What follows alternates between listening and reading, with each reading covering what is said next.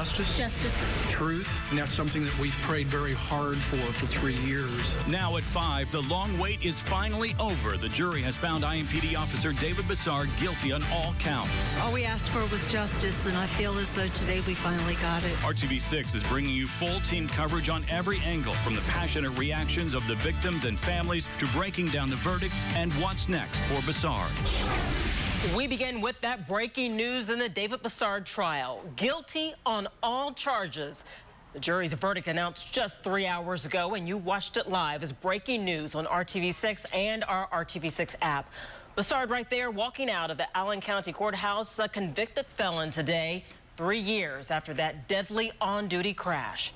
The jury finding him guilty on all counts, including DUI causing death and reckless homicide after just over 7 hours of deliberations.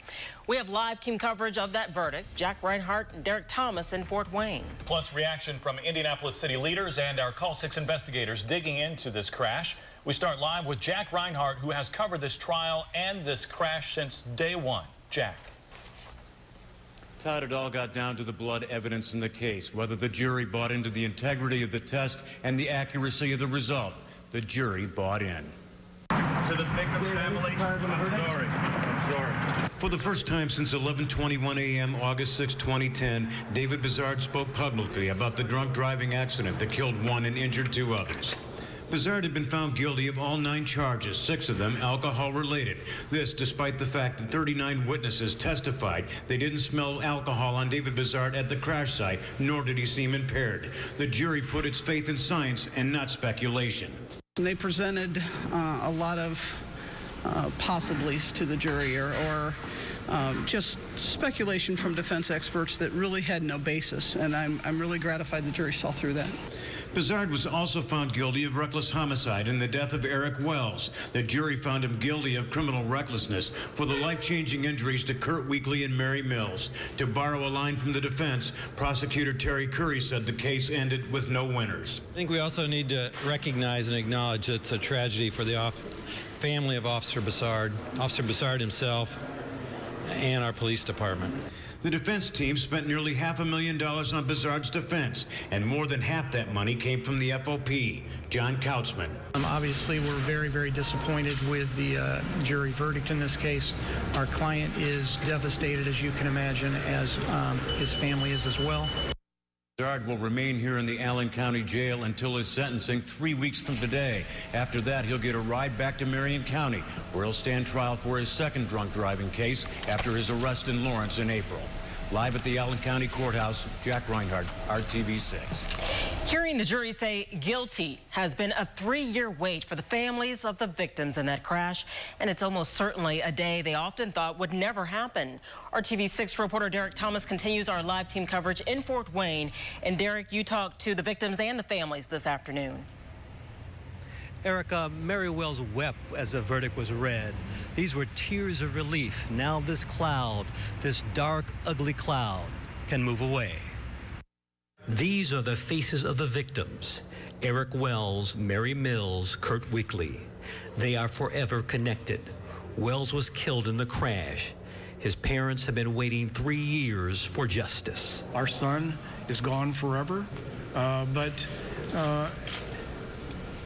David Bisard, we can only hope will receive the help that he needs, that he never again hurts or takes another innocent life. We can move on to the next chapter and have Eric in our hearts and be able to start the next step in our lives without Eric, but always have his memory. Kurt Weekly was not at the courthouse, but Mary Mills, who is now his wife, called him on her cell phone to break the news to him. She made it unanimous what all the victims sought. All we asked for was justice, and I feel as though today we finally got it. With everything that has happened, it still came through as a guilty verdict for all 9, and that's what I was looking for and hoping for. Now, Mary Mills suffered 2 fractures to her skull, and she sustained many, many injuries and spent 2 months in the hospital. She just got word that she's going to receive retirement for disability retirement. She said that was not the retirement she was hoping for. Live in Fort Wayne, Derek Thomas, RTV6. More reaction coming in now from Mayor Greg Ballard, who says he hopes the city and police department never forget the lessons from this case. He also says today's verdict undoubtedly provides a sense of justice and closure to this sad ordeal. I pray the many people whose lives were impacted by this episode find peace moving forward. We continue our live team coverage now with more reaction on the verdict. RTV6's Chance Walser joins us live. And Chance, you had the opportunity to talk to the public safety director shortly after the jury reached their decision.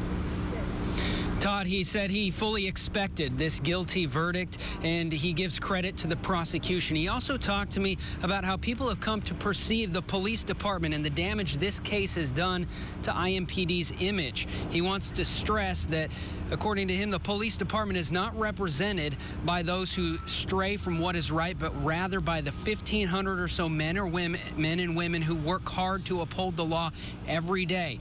Director Riggs also brought up the families on both sides of this ordeal, saying he hopes the verdict will bring a sense of closure. Obviously, you can't replace the loss of a human life, but there are some injuries and people that are struggling every day because of this. And so our thoughts and prayers remain with them. I will say that because of this verdict, I think that maybe the healing can begin not only in the city, but within IMPD. We also spoke with Metro Police Chief Rick Hite. Coming up at 6, we will have his reaction and how he says the department has improved since this case began 3 years ago. Live downtown, Chance Walser, RTV6. All right, Chance, we'll look for that. All new at 5, reaction from the Fraternal Order of Police. This is another step in a tragic event that has affected many lives and our city. We ask for our community's continued support of our police officers while they continue to diligently serve our city and keep us safe. The group also offered its prayers and sympathies to the victims and to the family of David Bisard. The case of David Bisard has captivated and often infuriated the people of Central Indiana since the moment it happened in August of 2010.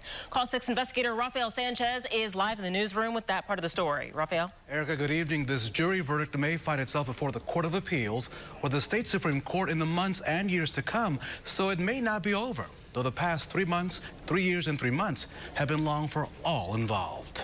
I'm sorry. That was David Bisard saying he was sorry minutes after hearing the 9 guilty verdicts against him in Fort Wayne. This was the scene back on August 6, 2010, the accident that killed Eric Wells and injured Mary Mills and Kurt Weekly. 2 weeks later, then prosecutor Carl Brizzi said there were procedural errors in how Bisard's blood was drawn, and the samples would not stand up in court. A couple of days later, 3 top-ranking IMPD officers were demoted. And here's what then Chief Paul Sosalski had to say. Senior leadership failed to recognize the gravity of the situation and failed to make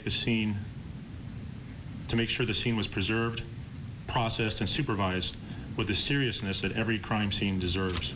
In 2011, newly elected Marion County Prosecutor Terry Curry refiled DUI charges against Bisard.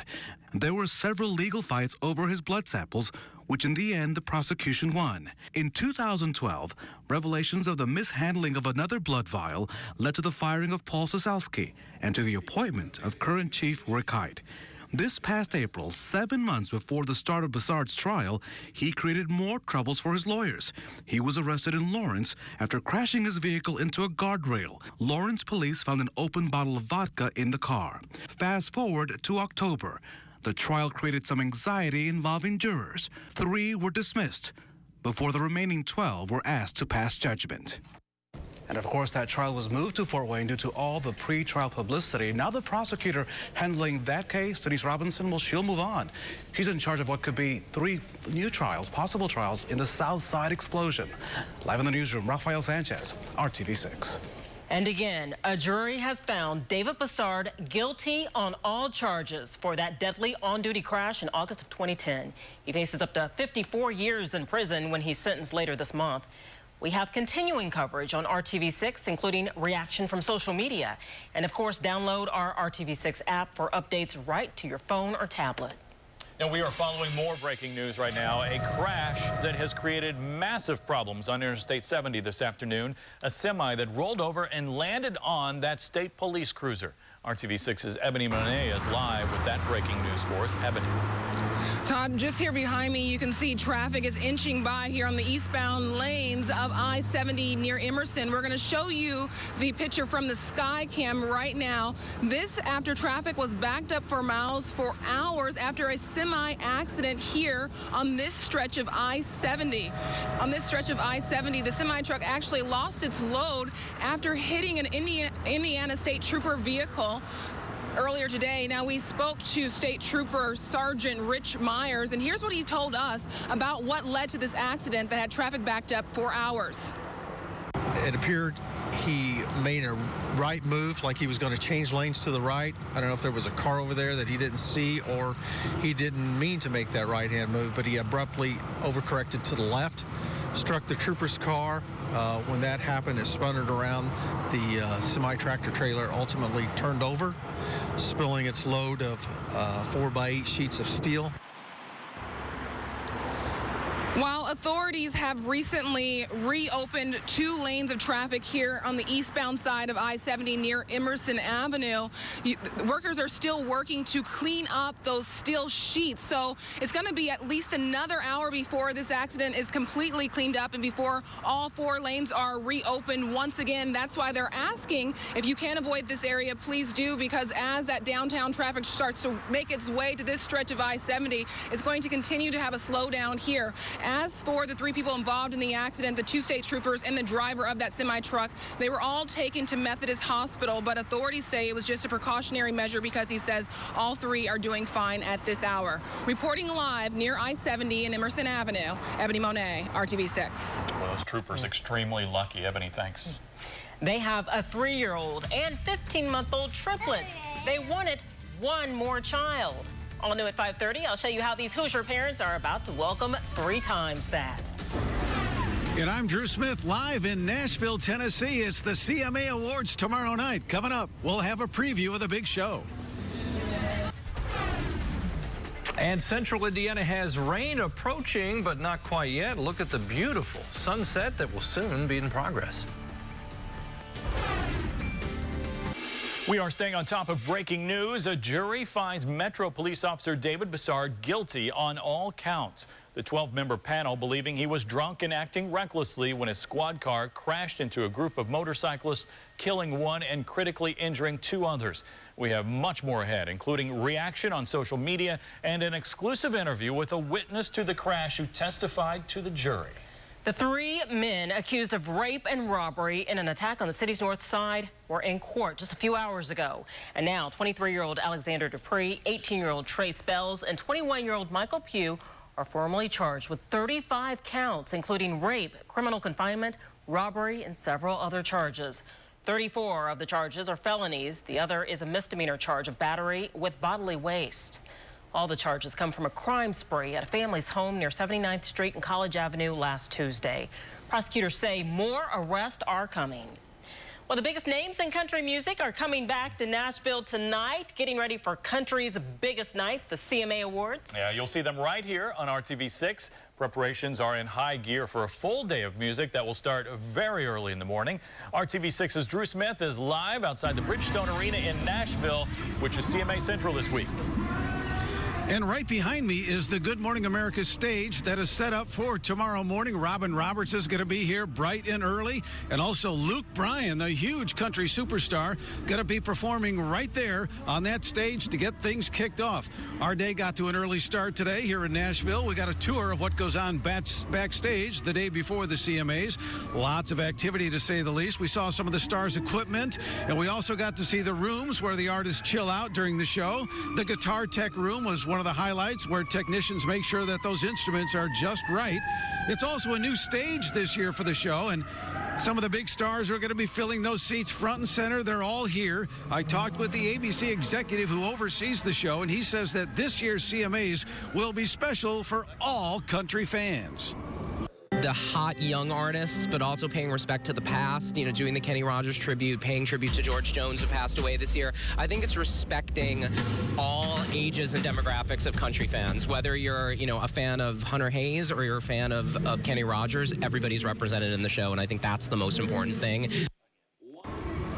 Once again, you're looking live in Nashville, Tennessee, getting set up for the CMAs tomorrow night and GMA, which is going to be here tomorrow morning. That's another reason to watch because Robin Roberts and GMA are going to be here live tomorrow morning from Nashville. And also, I'm going to be here all day and tomorrow afternoon on the red carpet with Dave O'Brien from Hank FM. Going to be a great time here, folks, in the Music City. You need to join us tomorrow night, 7:30, for our red carpet special live in Nashville. Drew Smith, RTV6, back to you guys. All right, Drew, thank you. It's going to be a real party, so make your plans now. Drew Smith live on the red carpet, as he said, tomorrow night at 7:30 to get you ready for the CMA Awards live at 8 o'clock. It's all right here on RTV6. The Weather Now Camera Network, powered by Mr. Quick and Train. Taking a look at the view from our Weather Now camera from the IMS Pagoda, looking onto downtown there, and enjoy tonight because tomorrow you might need your umbrella, right? You will. Let's just emphatically say it. We've got rain likely tomorrow, but it's just a one-day rain event, and then we emerge on the other side Thursday to cooler temperatures, but dry conditions. All right. Let's show you another beautiful view. We were looking southeast there from the Motor Speedway. Now we're looking obviously a little bit to the west, northwest, and there'll be a lot of color in the setting sun this evening. It will stay dry. And here's another thing that's going to happen. The wind will kick up. Now, after midnight and during the day tomorrow, I do expect some 30-mile-per-hour gusts. The rainfall potential, we're backing off a little bit. It looks like the heavier rain is going to stay away from central Indiana, but I'd still put us in that quarter to half-inch rainfall amount. Then, as I mentioned, sunshine will carry the day over the weekend. Right now, TrueView radar suggests we stay dry through the evening hours. I'll give you a broader view. It's that time of year. We've got snow from central Nebraska on up toward Minneapolis, St. Paul. We're on the mild side of this whole weather system. So for us, rain will become likely first in western Indiana. If you're traveling first thing in the morning as you head northwest, west, or anywhere in the western portion of the state, 74 to Covington, for example, I-70 to Terre Haute, or 65 to Lafayette, you'd encounter the rain first.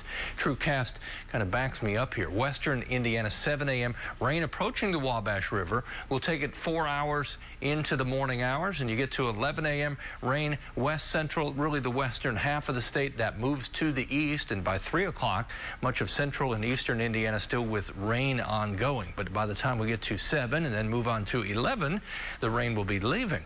Temperature right now is warm as it's been all day. 70 or 57. I wish it was 75. 57 with a southeast wind at 10 miles per hour. Temperatures are in the low 60s, as you can see. Terre Haute and Bloomington, mid 50s, and the cool spots around Peru. Overnight tonight, after midnight, that's our best chance for rain. At least our rain chances will continue to develop. 30% chance of rain overnight. Pretty much a guarantee we'll see rain during the day tomorrow. 56 midday, 58 the afternoon. High temperature again with strong winds. Once we move beyond tomorrow, we'll still have breezy conditions on Thursday, cooler temperatures, but it will be dry. 7-day forecast, watch what happens. Our rain tomorrow up to a half inch, as I mentioned. Very windy, drying out, but cooling off Thursday. Temperatures stabilize. We'll have plenty of sunshine over the weekend. Notice Friday morning, 28. Lows still in the 30s over the weekend, but highs at 50 or above. Pretty dry 7-day planner except tomorrow. All right, Kevin, thank you very much, sir. We are continuing to follow that breaking news on David Bisard, convicted on all counts. We are tracking the reaction coming in on social media. And we are taking you back to the scene of that crash where IMPD officer David Bisard struck and killed a motorcyclist while driving drunk. And we will hear exclusively from a witness to that crash. Breaking news now, just a mere 3 hours ago, a jury in Allen County found David Bisard guilty on all counts. Since that announcement, comments and even a few pointed questions on the verdict have been flooding social media. Stephen Dean is live in the Call 6 investigators office with more details on this. Stephen. Well, 14,000 people watched the streaming live broadcast on our website as the verdict was being read, and then literally seconds after we posted the guilty verdict online, just seconds later, people started hitting their like button on Facebook. Here you have more than 1,200 people hitting the like button, 1,500 people hitting the like button here, voting for the verdict, and lots of comments like this one. Justice was done.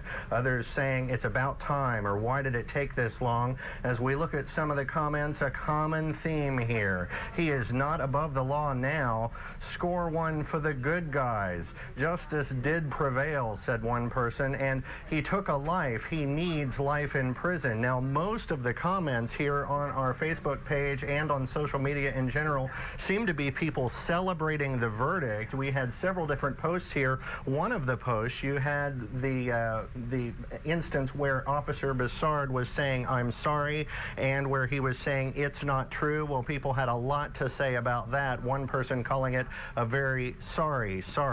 More about those likes and dislikes coming up at 6 o'clock. Reporting live, Stephen Dean, RTV6. A lot of people waiting 3 years to chime in. Thank you very much, Stephen. Appreciate it. The jury in the David Bisard trial puts an end to that 3 years of waiting. What the 12 members had to consider. And we have reaction from Marion County Prosecutor Terry Curry. Can Glenda Ritz sue the State Board of Education? The arguments heard inside the courtroom today. It is one of the most disgusting things a parent could do to a child. A dad is accused of going online seeking someone to hurt his young daughter.